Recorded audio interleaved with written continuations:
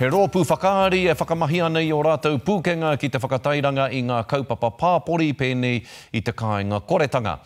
Ko te ngahau me te kata hei whakaū i warātou karere ki te hunga mātakitaki. Hei tā Crystal Lee Brown kei roto tētahi o te rōpū nei i tētahi o ngā hōtaka pauaka whakaata angitū o te wā. Engari aha koa tēnā ko te atamira tōna tino kai ngā kautanga. He moe ia ki te pano nei I te awa maroto mai I ngā mahi arehia. Koira te whainga matua a te Whiteface crew.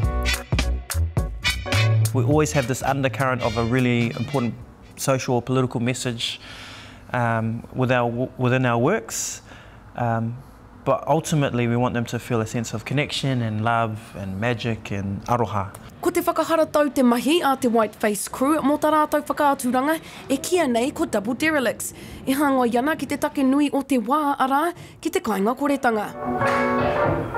These characters living on the street, and we kind of stumbled upon that because when we first performed the show, we did it outdoors and in central Auckland, in Aotea Square, and we built this piece around the couch with these street characters, how they interact with the couch, and there were people, homeless people, watching the show, and from that point we went, okay, we need to really invest in these characters and invest in this social issue that's going on here in Tamaki.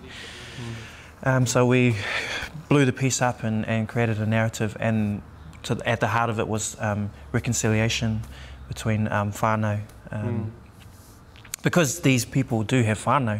I whakarewa hia te kapa nei I te tau 2010, me te aha kua whai mana nui rātou mo tā rātou whakahono I ngā taira rereke. We also are all trained in different art forms, so you know, b-boys, mime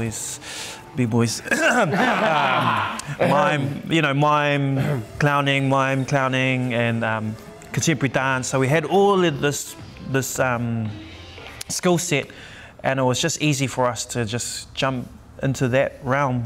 Hei tā te Whiteface crew, aha kua te aha ko te kaupapa o te rā, te aronga matua. Television as well, and film and stuff, and you know, that's well-paying jobs and stuff like that, and that's the stuff that we all do, but this stuff is super important because this is the reason why we're in this industry, and it also is the best way to express what you have to say and what you want to say. Ka whakatūria te whakaaturanga o Double Derelicts ki te whare hāpuri o te oro, hei te pōmere me te pōhoroe.